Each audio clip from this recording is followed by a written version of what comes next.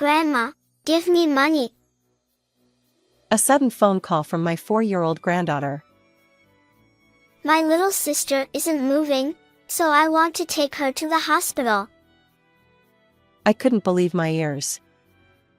With my granddaughter's tearful voice causing an odd sense of foreboding, I hurriedly made my way to her house. Upon arrival, I found a scene of chaos, garbage, food remnants, and a foul odor permeated the room.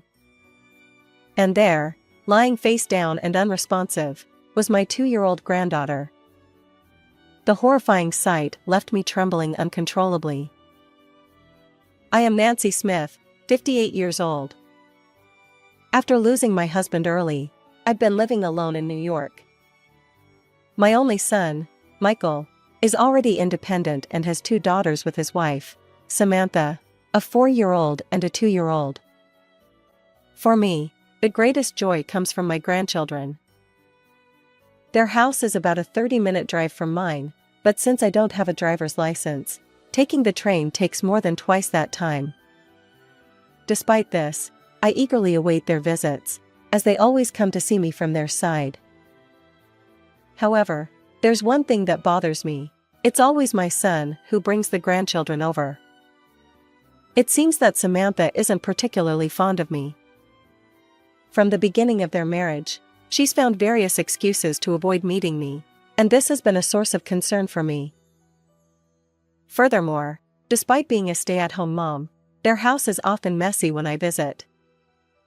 Strangely enough, she always keeps herself well-groomed. Once, I gently suggested that she should clean up for the sake of my grandchildren, but her response was sharp. Just because you're my husband's mother doesn't mean you can meddle in my home. As a result, she seemed upset. Reluctantly, I discussed this with my son, and he said, Samantha is cheerful, and being around her lifts my spirits. I don't mind the mess. It appears that Michael takes care of the cleaning himself after work. Well, I suppose there's nothing more I can do. If my son is okay with it, I'll refrain from interfering further in their marital affairs. Amidst this, my son's job transfer to a different region meant he would be away from home for a while. Although the exact duration wasn't clear, I heard it might be around 4 years. Yes, it's going to be lonely, I thought. Initially, Michael had planned for the entire family to move together, and I had assumed the same. However, Samantha was vehemently against it. Raising young children in an unfamiliar place makes me anxious. We'll stay here. Eventually, my son respected her feelings and decided to take the job transfer alone. Samantha looked directly into my eyes and said, From now on, I'll bring my children to visit your house. Despite my disappointment about Michael's absence, I couldn't hide my inner joy at the thought of continuing to see my granddaughters as before. However, my modest happiness was short-lived. Despite Samantha's earlier words, she not only failed to visit after my son's departure but also stopped communicating altogether. Gathering my courage, I called her cell phone. Are you busy lately? I'd like to see my grandkids. If it's difficult for you to come, I can go there. Her response left me stunned. It's hard to say, but they don't want to see you. I felt as if a hammer had struck my head unexpectedly. What? Have I done something to upset them? I asked. Samantha replied. They won't tell me the reason. Anyway, we won't be coming over for a while, so please don't visit either. Even after the call ended, I remained in a daze. What did all those happy moments with my grandchildren mean? I kept questioning myself, wondering if I had made some terrible mistake that caused them to dislike me. Vivid memories flooded my mind. My older granddaughter, Sophia, always played the responsible older sister, looking after her younger sister, Emma. She'd gently hold Emma's hand and guide her. Emma, on the other hand, was more reserved, often trailing behind her older sister. In their presence, I often found myself smiling, cherishing these precious moments. I recalled a time when Sophia imitated grown-ups and wanted a planner. I bought one for her, and she eagerly asked me to write something in it. I simply penned down my name and phone number. Sophia beamed, clutching the planner, and said, "Now I can call you anytime." "But now, they don't want to see me anymore." Why? It was baffling. Unable to bear it any longer, I considered discussing this with my son. I picked up my smartphone, but then I hesitated. I didn't want to burden him further, especially since he was dealing with the challenges of his job transfer. Well, if I endure this, as long as my granddaughters are happy and thriving. So, I swallowed my tears and resolved to stay strong. As time swiftly passed, half a year went by without seeing my grandchildren. Then, one day, at 11 p.m., my mobile phone rang unexpectedly. The caller ID displayed my son's home landline number. Nervously, I answered the call. "Grandma, can I have $4? I immediately recognized the voice. It was my 4-year-old granddaughter, Sophia. But she had never called me before, especially not this late at night, and certainly not asking for money. What could be going on? "Are you Sophia? What happened? Can you tell me?" "Emma isn't moving, and I want to take her to the hospital." "What?" I was utterly bewildered. Sophia, still struggling with her words, sounded frantic. "What should I do? Emma might die." She continued. "Where's Mom?" "Mom disappeared somewhere. Please help." I reassured Sophia, promising to do something, and hung up. When I called Samantha's cell phone, it was off. Anxiety gnawed at me. What was happening? I couldn't just stand by. Trembling with fear, I hailed a taxi and rushed to my grandchildren's house. "Grandma." My 4-year-old granddaughter burst into tears upon seeing my face and clung to my legs. Her frail body looked emaciated, and her clothes were tattered. The room was strewn with remnants of clothing and something that had been eaten, and an unpleasant odor hung in the air. But most alarming was the absence of their mother. Something was seriously wrong. "What happened?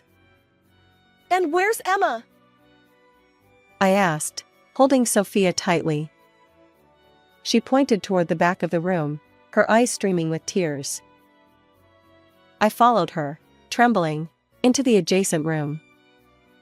There lay my 2-year-old granddaughter, face down, completely unresponsive. "Emma?" The shock hit me like an icy hand gripping my heart, and my knees nearly gave way as I crawled closer to the small child. With trembling hands, I called an ambulance. "Emma, please, open your eyes!" I clutched her cold little hand tightly as they rushed her away in the ambulance. Eventually, we arrived at the hospital. The doctor murmured uncertainty. "We'll do our best." I could only bow my head deeply, feeling powerless. "Is Emma going to be okay?" "Absolutely.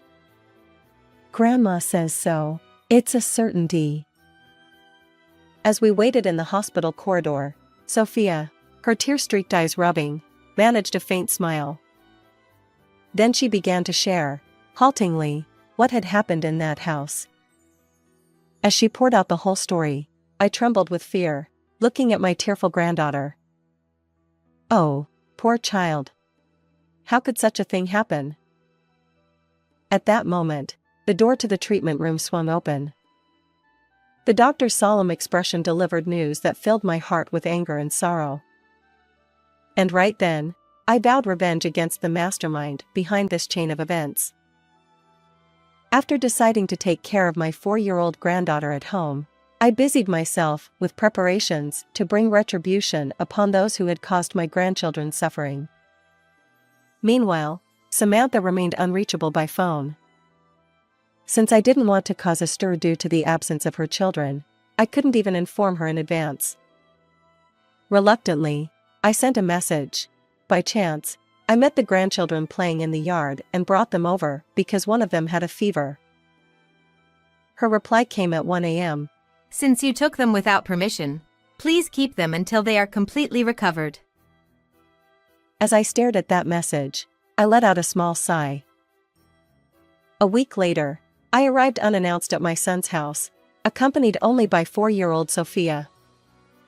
Samantha was taken aback. What's going on? It's inconvenient for you to show up without notice. Did you bring my kids with you? Wait, where's Emma? I looked her in the eye and said, I need to talk to you about something. Can we go inside? She retorted, If you're going to do this, come back when both of them are fully recovered.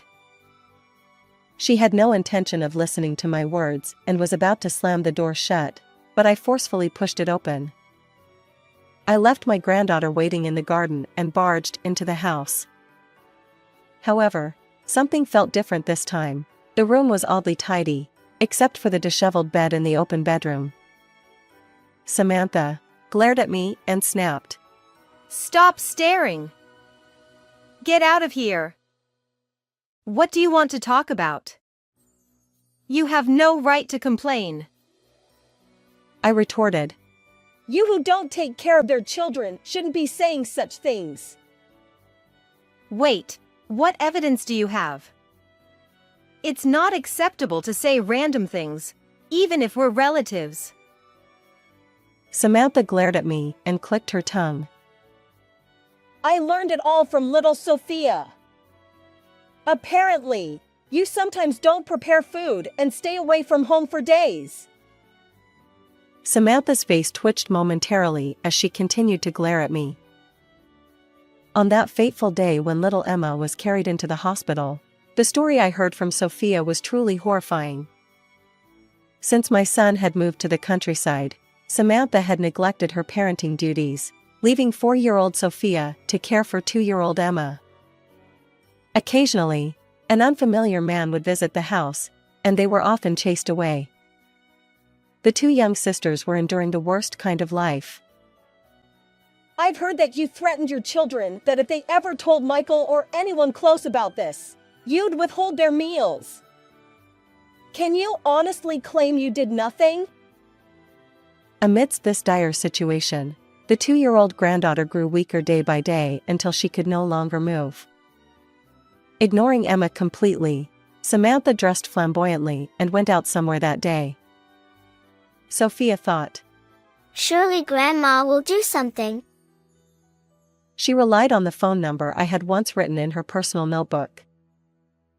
Despite being told that they didn't want to see me, I also know that was a lie. They are still 4 and 2 years old. What children say can't be relied on. Samantha looked up at the ceiling and let out a hearty laugh. Emma is currently hospitalized.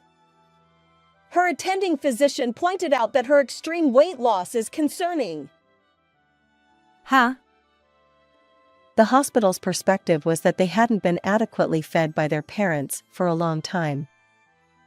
So, with a solemn expression, the doctor came over to me in the waiting room. Samantha, you are cheating, aren't you? Look at this. I confronted Samantha, thrusting several photos at her. In those pictures, she was getting cozy with a blonde muscular man who seemed to work for a dating club for women. Who took these photos? As she trembled, she picked up each piece of evidence. And then, my son Michael stepped forward. It's me. Indeed, the person who appeared in front of us was none other than my son, Michael.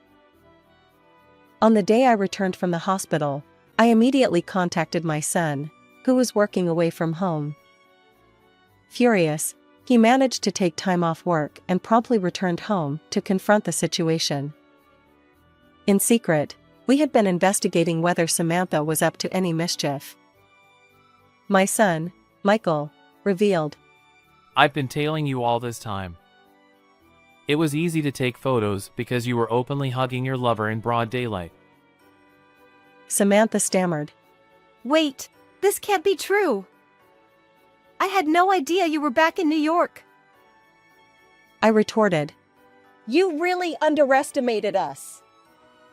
Michael was confined to the countryside, and I don't have a driver's license. So did you think our mobility was limited? But then my son delivered the final blow.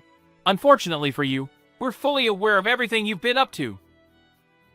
At that moment, Samantha's bravado vanished, replaced by fear as she faced my usually gentle son's fierce determination. However, that's just the beginning. I still have plenty more to say. The reason you didn't accompany Michael on his rural assignment was simply because you didn't want to be away from your lover. I accused her. She stammered. Well, you see. And this time, the unusually tidy room? Clearly, you had the man over. Look at this. It tells the whole story. The comforter had fallen to the floor, and the sheets were terribly disheveled. When I pointed to the trash can by the bedside, she averted her gaze. My son, Michael, chimed in. That man has already confessed, so you might as well give up. What? What do you mean? She seemed taken aback. Apparently, just minutes before our unexpected arrival, she had been enjoying herself with her lover in her home. The man, caught off guard by our sudden appearance, had leaped out of the window stark naked, only to be apprehended by my son. And there he was, willingly exposing their affair. I heard it from that guy. I married my husband just for his money. That's your favorite phrase, isn't it? No, it's not like that. I love only you. I was lonely without you, Michael. That kind of talk is unbelievable. We're getting a divorce. And I'll be seeking alimony, so brace yourself. Please, not that. I have debts. I don't have a job, and if you abandon me, I'll have no way to repay them. Samantha, who had apparently accumulated a substantial amount of debt to cater to her lover, was completely distraught. She clung to my son, regardless of appearances, desperately pleading. Please, I promise to change. Even for the sake of my children, a mother is necessary. Such a despicable person, attempting to use her children as leverage to prevent divorce. However, children are far from naive. We don't need Mom because Grandma is here. Sophia's voice echoed through the hallway as she secretly listened to the adults' conversation. Wait, what are you saying? I love you and Emma dearly. Come over here. But Sophia retorted. No way. Emma and I both hate Mom. As if to emphasize the point, my granddaughter turned her back on her mother, who had a forced smile and opened her arms wide, and ran back to the garden. Since Sophia feels the same way, it's settled. Expect a call from the lawyer soon. Samantha clenched her lower lip and turned toward me. This is all the old hag's fault. You need to take responsibility. Oh, your defiance is almost refreshing. But enjoy it while it lasts. You see, your neglect of the children has already been reported to the police by the hospital. And what does that matter? Surely something like this can't be a crime? Didn't you know? Neglecting childcare is a serious offense. Depending on the severity, it could result in a prison sentence of 3 months to 5 years. What? Absolutely not. I won't go to jail. She turned pale, clutching her head, and began to panic on her own. Yeah, that guy? He seems to think of you as nothing more than a human ATM. Apparently, he's got a real girlfriend waiting for him. That's a lie. Why did I devote myself to him? He's planning to move abroad with the other woman. He might be in the skies soon. As my son looked pointedly upward, Samantha's eyes welled up, and she sniffled. And by the way, when I told your parents, they said we're cutting off our daughter. We don't want to see her face ever again, so tell her that. Even though they're my own parents, how cruel. Well, you're one to talk. Your actions have been far worse towards Sophia and Emma. My raised voice made Samantha flinch, and eventually, she broke down in tears, her eyes reddening. I'm so sorry. Please help me. I have no one else to turn to. You neglected your young daughters, yet you expect forgiveness for yourself? That's audacity. Samantha stuttered. Having no words to say, she finally collapsed in front of us. However, my son, who had been working hard away from home for the sake of the family, and the resilient 4-year-old Sophia, who endured her mother's mistreatment, weighed heavily on my mind. And even now, with my 2-year-old grandchild teetering on the edge of life, I couldn't bear it. Never show your face in front of us again. And remember this, neither I nor my grandchildren will ever forgive you. We, my son and I, escorted the sobbing Samantha out of the house. Subsequently, Michael and Samantha's divorce was finalized, and custody of my grandchildren went to my son. Michael demanded $20,000 in alimony from Samantha, along with a monthly child support of $400 for their 2 children. Samantha is currently undergoing police questioning due to neglecting childcare, and she appears worn out and pale. Even if the legal proceedings conclude, Samantha faces a challenging future with substantial debts and financial obligations. Additionally, my son sought $15,000 in alimony from Samantha's lover, who promptly paid up to avoid further trouble. Miraculously, Emma has recovered and was recently discharged from the hospital. My son's transfer to the New York headquarters led to all 3 of them moving into my home. Watching my adorable grandchildren grow every day, I feel incredibly happy. How did you find this story? Don't forget to subscribe to the channel. Until next time in the next video.